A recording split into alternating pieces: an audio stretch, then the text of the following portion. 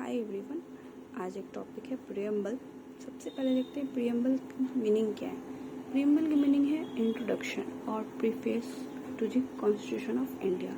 आपने देखा होगा हर एक बुक के फ्रंट पेज पे एक इंट्रोडक्शन दिया होता है।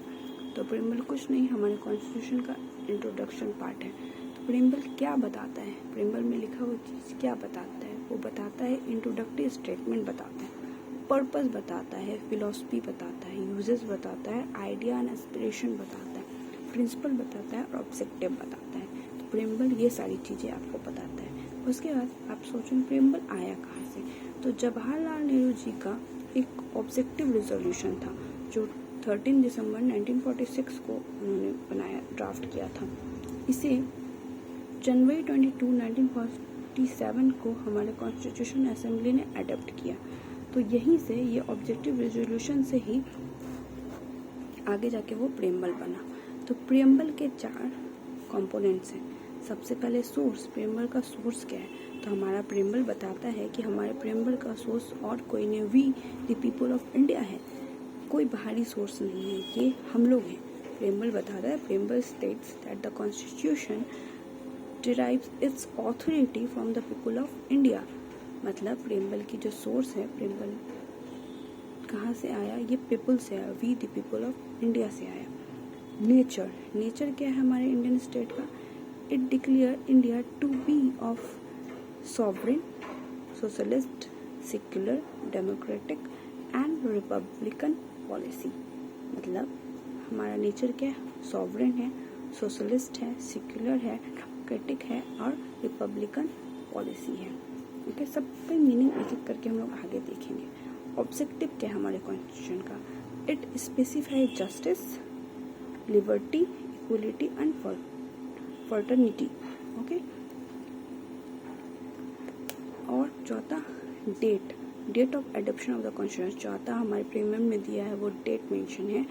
It stipulates November 26, 1949 as the date. जो डेट प्रीमियम मेंशन है वो है नवंबर 26, 1949। तो ये चारों चीज आपको याद रखनी है कि प्रीमियम का सोर्स क्या है, नेचर कैसे है हमारे इंडियन स्टेट का, ऑब्जेक्टिव क्या है हमारे कॉन्स्टिट्यूशन का, और वो डेट। 4 चीज आपको याद रखनी है। आगे जैसे प्रीमियम में एक एक करके हम वो सारी मीनिंग देखेंगे जो हम लोगों ने आगे पढ़ा था। तो जैसे सॉवरेन क्या है? Sovereign India neither dependency nor a dominion of any other nation but an independent state. मतलब इंडिया पे कोई भी बाहरी दबाव नहीं है, इंडिया किसी पे डिपेंड नहीं है, इंडिया खुद में इंडिपेंडेंट स्टेट है। तो सॉवरेन का मतलब होता है एक ऐसा इंडिपेंडेंट जो किसी पे डिपेंड ना हो, उसे हम लोग बोलते हैं sovereign. Socialist it provide that the state has a responsibility towards citizen for their welfare, abolition, discrimination, nationalization of means of production, equal distribution of wealth and securing justice for all. Socialist मतलब ये हमारे state की responsibility है कि वो अपने citizen के welfare कैसे करे, उन्हें डिस्क्रिमिनेट होने से बचाए, इक्वल डिस्ट्रीब्यूशन ऑफ वेल्थ हो, उन्हें जस्टिस दिलाए। तो ये सोशलिस्ट, जो भी कंट्री सोशलिस्ट है तो वो जो भी सोशलिस्ट है उनके ये कर्तव्य है कि वो अपने सिटीजन को दे। फिर सेक्युलर क्या होता है? It mean that the citizen have complete freedom to follow and practice any religion. मतलब इंडिया के सिटीजन को ये हक है, वो फ्रीडम मिला है कि वो किसी भी रिलीजन को फॉलो कर सकते हैं, प्रैक्टिस कर सकते हैं, उनमें किसी तरह का दबाव नहीं। आपने बहुत बार बहुत सारी कंट्री का सुना होगा कि वहाँ पे अपने मन से कोई भी सिटीजन कुछ नहीं कर सकते, पर इंडिया के सिटीजन को ये फ्रीडम है, वो कोई भी रिलीजन को या तो फॉलो और प्रैक्टिस कर सकते हैं। डेमोक्रेटिक मतलब form of government where people enjoy equal political rights, elect their rulers and hold accountable. मतलब डेमोक्रेटिक, जो भी कंट्री डेमोक्रेटिक है तो वहाँ के गवर्नमेंट कैसे बनते हैं वो पीपल चॉइस करते हैं, वहाँ के जो सिटीजन है वो वहाँ के गवर्नमेंट को बनाते हैं। Form of government where people enjoy, जहाँ पीपल एंजॉय करते हैं कि उन्हें पॉलिटिकल राइट्स हो, इक्वली सारे सिटीजन को इक्वली पॉलिटिकल राइट्स मिले, वो अपने रूलर खुद चुन सकते हैं, वो अपने जिन बोलते हैं नेता, हम लोग अपने नेता खुद चुनते हैं, तो हम इसीलिए हम लोग डेमोक्रेटिक हैं। हम लोग कोई एक राजनीतिक दल नहीं रूल कर सकता। हम लोग को जब इंडिया का सिटीजन को चाहेगा वो नेता बना सकते हैं, उनको हटा सकते हैं, ये हम लोग का हक है।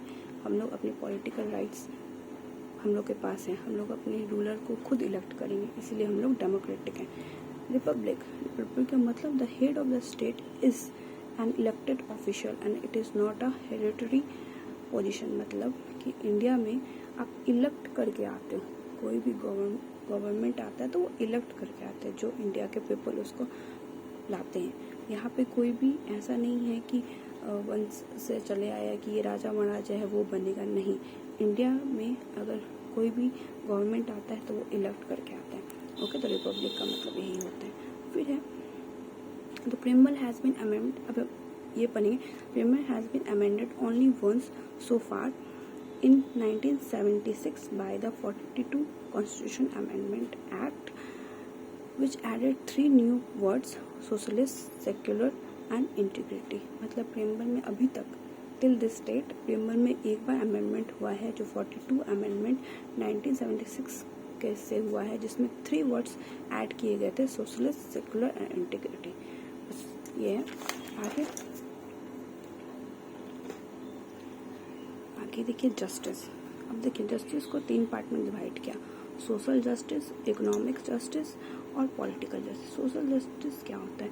Equal treatment of all the citizen. जब आप सिटीजन्स को इक्वली ट्रीट करते हो उसे सोशल जस्टिस बोलता है। इकोनॉमिक क्या होता है? Non discrimination between people on the basis of economic factor. आप इससे डिस्क्रिमिनेट नहीं कर सकते कि कौन अमीर है कौन गरीब। अगर ये हो रही है तो इसका मतलब वो इकोनॉमिक जस्टिस है। मतलब आप किसी को डिस्क्रिमिनेट नहीं कर रहे हो उसके इकोनॉमिक फैक्टर्स से। ओके, पॉलिटिकल जस्टिस मतलब हर सिटीजन को, all citizen should have equal political right. अगर सारे सिटीजन को इक्वली प्रोटेक्ट उनकी पॉलिटिकल राइट्स है, इसका मतलब वो ये पॉलिटिकल जस्टिस कहलाएगा। Okay, the idea of justice has been taken from the Russian revolution. मतलब ये जस्टिस का डेफिनेशन हम लोग 3 जस्टिस पढ़ा अभी, सोशल, इकोनॉमिक और पॉलिटिकल। कहाँ से आइडिया आया था? Russian revolution. ओके, अब पढ़ेंगे लिबर्टी। लिबर्टी किसको कहते हैं? लिबर्टी है the preamble secure to all the citizen their liberty of thoughts, expression, belief, faith and worship through their fundamental right. मतलब इंडिया में के सिटीजन को ये प्रीएम्बल कहता है, सिक्योर करता है कि इंडियन के सिटीजन को वो लोग फ्री हैं। लिबर्टी मतलब उसे फ्रीडम मिला है कि वो कुछ भी सोच सकते हैं, एक्सप्रेस कर सकते हैं, किसी चीज़ में बिलीव कर सकते हैं, वर्शिप मतलब पूजा कर सकते हैं। लेकिन हाँ, किसी को आहत दे के नहीं। आप कुछ भी बोले लेकिन इससे कोई दूसरा आहत नहीं हो रहा हो। Okay, equality the preamble secure to all the citizen of India equality of status and opportunity. मतलब आपको इक्वली अपॉर्चुनिटी मिलती है कि भेदभाव नहीं किया जाता। आपको इक्वली अपॉर्चुनिटी भी मिलेगी, इक्वली आपको स्टेटस भी मिलेगा। Okay, fraternity means a sense of brotherhood. मतलब भाईचारा। इंडिया में है ना भाईचारा, हम लोग के देश में ये तो बहुत है। हम लोग हमेशा कहीं बाहर से कोई आते हैं उन्हें अपनों की तरह सम्मान देते हैं, तो इंडिया में तो है ही। तो 2 चीज़ें हैं। The preamble declare fraternity has to assure 2 things. क्या? The dignity of the individual and unity and integrity of the nation.